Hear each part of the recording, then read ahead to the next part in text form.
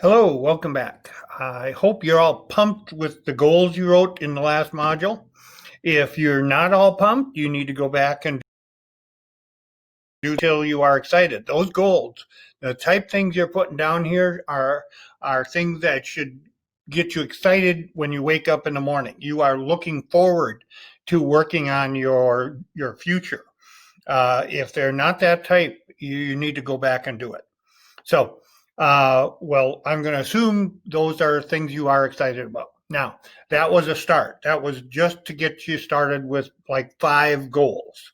Well, now we want you to do that same process, that SMART goal process, with everything in your life, not just a few things. So we talk about most uh, goals programs talk about this sort of as a dream list. Now, a dream list covers it. Kind of sit down sometime when you're relaxed, having a good time. Um, think about what you want to do with the rest of your life. Just make a list. Anything pops into your head, write it down. Don't worry about how to get it and all the specifics. Just get some things down on paper. Remember, this should all be written. Put it all on paper.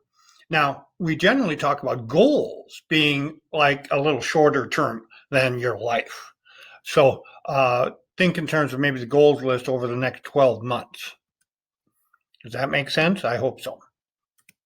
Now, what categories? Now, I'm giving you on this slide some choices. However, feel free to change this. This is not, particularly standardized or anything like that. You could have nothing but financial and personal or business, personal, finance. You could add in health, professional development, social goals, whatever you want. The only one I'll note is that last one there. If you have any particular problem or concern, maybe you want to have a special category for that, or like in the or whatever your issues are individually. If you're unemployed, well, gee, your biggest problem is getting a job. So maybe you want to highlight that and have a special category for it. Okay, once you have your goals kind of laid out and you got a long list, now you want to have a little focus. You don't want to try and do everything. That's usually not a strategy for success.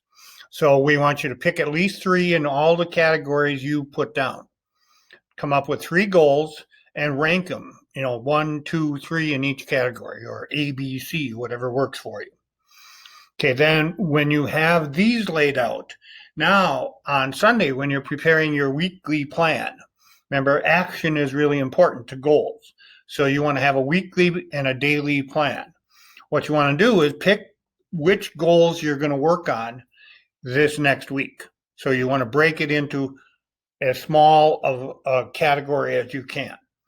And then you're going to, later we'll describe this as chunking. You're going to take your important things and put them into a block of time that you can work on. But here at this stage, you've now got this narrowed list. You're going to review it regularly, and you're going to monitor it over time. Remember the plan, do, check, adjust. And you want to state these goals when they hit your this level. You want to state them first person. You want to say I, not we or some generic. You want to say I. You don't want to say want to. You want to put them in the present tense. I weigh, let's say we're doing a weight loss goal. I weigh 175 pounds. So it's a positive statement of where you want to be. And I weigh, and you state it in a present tense as if you've already done it. The reason for this has to do with psychology. You're telling your subconscious mind that's what it is. Your subconscious mind will believe you. And you don't want to state it negatively, like, I want to lose 20 pounds. Stating it negatively is not as powerful as putting it in as a positive. Because you tend to dwell on what you don't have, and that's not a good thing. Okay. I refer to this next section as the 3x5 card technique. For each individual goal that made your priority list. You want to write a specific goal on the top. Now, again, I call this the 3x5 card technique. That's pre-technology, pre-smartphone. Most of you have smartphones. I have a smartphone. I've sort of incorporated this all into my phone. So you can use whatever technique you're doing. Doesn't have to be the 3x5 card technique. Although, as I'll show you here in a minute, there is an advantage to using the 3x5 cards. So write the goal on top as if already achieved, stated I weigh 175 pounds. Put a date on it. That's your deadline goal. So put 6 months, depending on what your target is. 6 months, a year, 3 months, whatever it is. On the back of the card, remember in the last module we talked about the power of why do you want the goal. So I would use the back of the card to write why I want to achieve the goal. Okay, then on the front, you've now got on the top, you've got the affirmative goal, you've got a deadline, and now I list my 10 action steps. Remember, in my methodology for the SMART goals, we want to have some action steps. I list usually 5 on each side. Now, some things won't have 5 because they're not that big a goal. Others will have more than a 10. So depending on what your goal is and how difficult to accomplish it is. But you want to list your action steps there. That's then what you're going to use when you're sitting down with that weekly list, trying to put the important things into your schedule. Now, I mentioned some value to actually having 3x5 cards. I used to tell all my students that before they go on job interviews, they want to do this technique, have the 3x5 cards, and have those, maybe at least 4 or 5 of those cards in their pocket. And then during the job interview, almost always you will get an opportunity at some stage to say the famous, I'm a goal setter. I love setting goals. I love accomplishing goals, all that good stuff. Now that's great, except they sort of expect that. They've heard that before. That doesn't really, mark you out as special. You want to make yourself special when you mention, I'm a goal setter. I love goals. Not only do I love goals, but I always carry them with me so I can review them. And then you whip out the cards during your job interview and say, I always carry these. By the way, if you whip it out, they're going to want to see them. So make sure they're legit. They're done. They're grown-up goals. They look like the type goals that would be consistent with the position you're applying for. So you do that. I've had quite a few students over the years tell me after the fact that they felt they got their job because of that little trick during the interview. It set them apart from the other 30 people applying for the same job. So you might want to keep that in mind. Now, your weekly card, on top of the 5 or more individual cards, you should have a weekly card. And the weekly card is basically you want to highlight only 5 items. You're going to take 5 of those cards and you want to go through those on those action steps and list only 5 things that you are trying to accomplish for the week. So go through your other cards and find 5 items that no matter what happened, and I mean that as a must. These aren't things you'd like to accomplish in the next week. These are things you must accomplish in the next week to feel like you've really made progress. So I want you to pick 5 of those things and you're going to build those into your schedule. You are going to take those and plug them into your schedule. And then at the end of the week, you will accomplish those things because you prioritized them, you made time for them, and now you have to simply do it. And then at the end of the week, you can look backwards and see how much progress. Wow. Unlike most people who say they're busy, everybody says they're busy, even if they're unemployed playing video games all day. They are busy. Well, but they're not busy doing things that matter. If you follow this technique, you're busy doing things that matter. And these are the 20% things in an 80-20 world where 80% of your results come from 20% of your activities, these should be those 20%. Now, specifically, we kind of know how to lay out what you want to get done. Now, how do you do it? Everybody does or at least lots of people do a to-do list, and that's good. And here's how we want you to lay your to-do list out. This is called the ABCDE method. And really, it should be just the ABC method, because D and E you should get rid of. Anything you can delegate to other people doesn't hit your schedule. And anything that's E, if you look at something, and it's been just how I use it. I look at stuff, I'll sometimes have something in my to-do list. I've had it there for a month, and it's still there. And I just keep rolling it over to the next week. Well, if you notice something that you did think you wanted to do, and you notice you haven't done it for a month, eliminate it. It really doesn't need to be done. Otherwise, you would have done it. It's really not important, even though you thought it was at one time. So get rid of all of those. Focus your attention on A, B's, and C's. Your entire week should be done doing A, B's, and C's, with the emphasis, what I talked about on the previous slide, the critical to your success category. That's the must-do stuff. Those are the things you want to spend most of your time on. And then once in a while, your mind's going to blow up if you focus all the time on important stuff. So every now and then, what I do is I'll block out, or the next slide we'll talk about chunk your time. I will put a chunk of time, 90 minutes, of stuff that is really important. And again, you can't do that 8 hours a day. It's too difficult. But you can do 90 minutes, and then instead of just taking a break, take a break by doing something of minor consequence. It's a category, I should do this when I have time. Or C, it would be nice to do, but if I don't do it, there's no big deal. A lot of those things you eliminated will have been originally on your list as a C. It's nice to do, I should do it, but you don't get it done. Well, that tells you, again, you should eliminate it. So spend your entire week doing critical, should do, and then even you'll get a few nice to do things in there. Another approach, totally different. This is called the Ivy Lee method, and I won't go through there's kind of a cute story on how this developed. Ivy Lee was a consultant back in the early 20th century.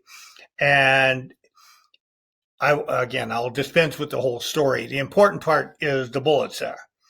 Identify your 6 most important tasks. So sometimes with the ABCD, we get really complex and, okay, let's simplify this to the most elemental level. Think about all the things you have to do. And I have used this method many times. Anytime I want to get really productive, people go in stages where, oh yeah, I'm working. But if you get into a period where you feel really productive, this method is awesome because you will get a ton done if you do this. Identify your 6 most important tasks for tomorrow, not for next week, not for 6 months from now. Think of all the things, look at all the stuff you've done already. What are the 6 most important things that would move me closer to my ideal lifestyle?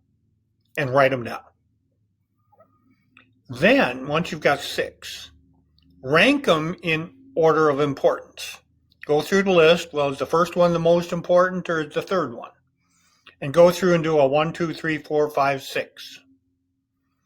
Then, when you start work tomorrow, it's easy to figure out what you're going to do. You're going to start with number 1. Start with number 1 and work on that until it's completed. Now, back then they didn't talk about chunking or any of the other stuff we've talked about. They just said, start working. Start work on number 1, work until complete. If that's 8 hours during the next day, so be it. This works by focus. You're never going to get it all done. But by working on number one, you at least know you're working on your most important task all day long. Well, that's not a bad thing. Now, if you can work every day on your most important task, you're going to be a machine. You're awesome. And then when you get done with number one, you move to number two. And then maybe number two, you get done in an hour. And then number three takes 3 hours. And then every day, go redo your whole thing, come up with 6. Because sometimes something new will come in that will be ahead of what you had previously on number 6. So that's the Ivy Lee method. And try it. It's really cool. Okay, chunking we've addressed here a few times. Take those 5 major things. Make sure you plug them in. 30, 60, 90-minute blocks. Probably don't want to go much longer than 90 minutes, like I said earlier. There's a lot of research that shows people can't really focus for more than 90 minutes. And so do the 90 minutes max, and then maybe work in one of the B or C activities just to give your mind a bit of a break. Then you can come back, or maybe totally shift gears, go do some exercise, do 90 minutes of hardcore work, and then go for a walk. Do 30 minutes, you go for a walk, get a little exercise, fresh air, then come back and do another 90-minute block. That's more effective than putting the 2 90-minute blocks together and trying to work all morning on your most productive activities. It just is. 1 hour rule is just sort of a synopsis you want to kind of evaluate every day. We all know stuff happens. There are going to be days where you had the best intentions and you got fires to put out, issues come up, you're the boss, and people are going to bring you their problems.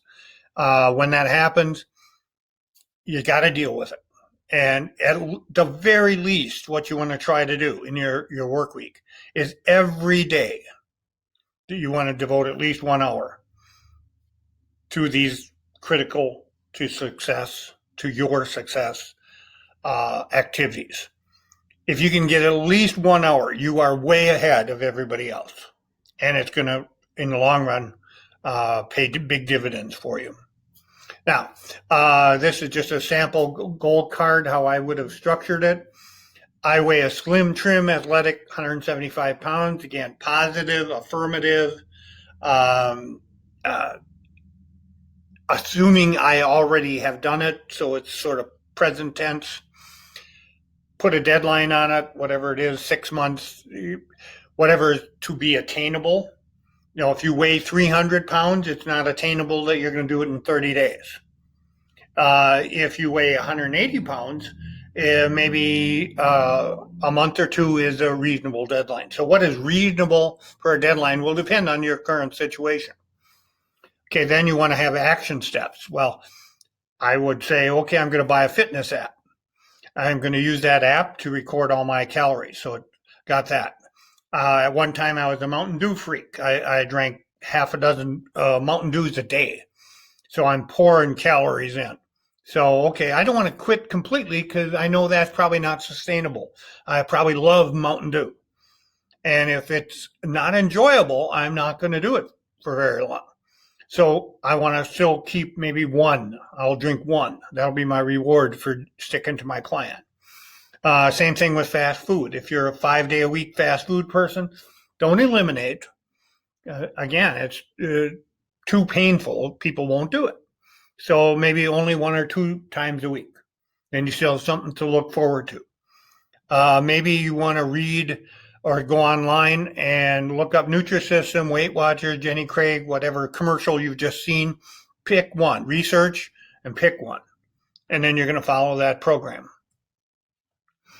One of the problems with dieting is snacking. Well, I love snacks. Okay, I eat a bag of chips. Well, that's not conducive to what your goal is. So I want to find some snack that I really like with low calories. That's filling. So for me, that was a popsicle. If I could eat a popsicle, it was 40 calories. Took me a little time because you have to suck on them. That just, for me, that worked and I liked it. So that's all that issue. Exercise 30 minutes is cute. I noticed my slide says per week. No, I don't think that'll work very well. 30 minutes per week is not going to turn you or make you very buff. So that should be 30 minutes per day. So pick something, ideally even a variety. I'm going to walk, jog, play basketball, do some martial arts, jump rope, something aerobic every single day. Or I'm going to work in the gym and lift weights. Maybe some days I'll do aerobic, some days anaerobic.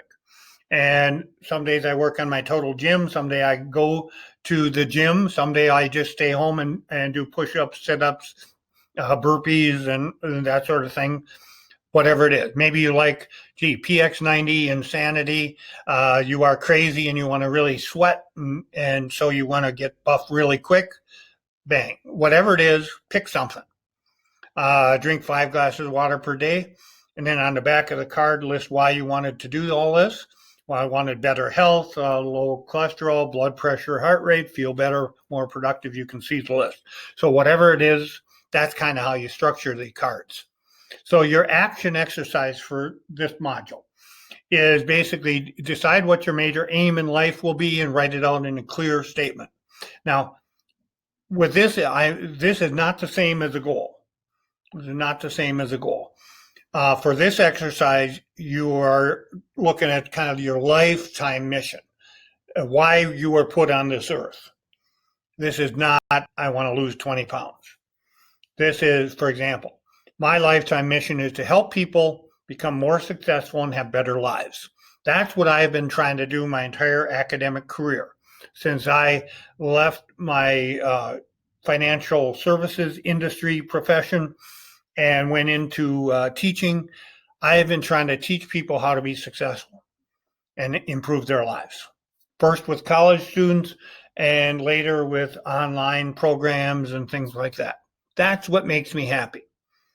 Then write out a plan. How are you going to achieve your major aim? This is the plan, do, check, adjust. Sit down, take some time, think about it. How am I going to accomplish your big goal or your big mission in life? Then form an alliance. Find out who wants to join your team, so to speak, and who's going to help you accomplish this. Hopefully, maybe a spouse, partner of some sort, professionals that have common interests. Maybe you're a member of a group that all of you have the same major aim in life. That's a powerful thing. Napoleon Hill talked about this in his Think and Grow Rich book as a mastermind alliance. And if you can hook up with a mastermind alliance that you're all geared towards the same major objective or mission, that is a powerful thing. Just a little tip. This should be something that is not viewed by you as work. This is something, if you can find this primary aim of your life and treat it as a hobby, treat it as something, wow, I hope this weekend I get to work on my hobby. Well, this is something you want to be your dominant thought. You think about it every day. How can I do more of this? It should ideally make you happy. Then it's not work. People pick on me sometimes. I will, on a holiday or a weekend, my best thing that I could be doing is working on some of my PowerPoint slides or recording a video on these topics. Doing this thing I'm doing on goal setting right now. I don't know if you can hear it in my voice. I am not suffering while I'm doing this. This is fun. I enjoy this more than almost anything. Consequently, I can, quote, work a lot, but I'm not working. I'm having a good time. Just like if you are pursuing your hobby. If you love to fish, you're not working when you are out there on the lake. And that's the way you want your primary aim in life to be. So give that some thought. And if you do this and follow the guidelines we have been teaching you on how to accomplish your goals, and you really believe all the stuff we've been talking about, you're going to succeed. The plan, do, check, adjust never fails. Never fails. It'll always work because notice there was no cue in there. You were never quitting as one of the steps. if it didn't work. And every week you're doing something every day, every week to move towards your dominant thought. This is powerful stuff if you get it. Every week you're getting better. You're studying to develop more skills. You're learning as you go. And you're going to persist until you accomplish the goal. This thing is a massively effective techniques that we've covered over the last two sections. On that note, I would like to thank you for sticking with me this long. Thanks. Bye.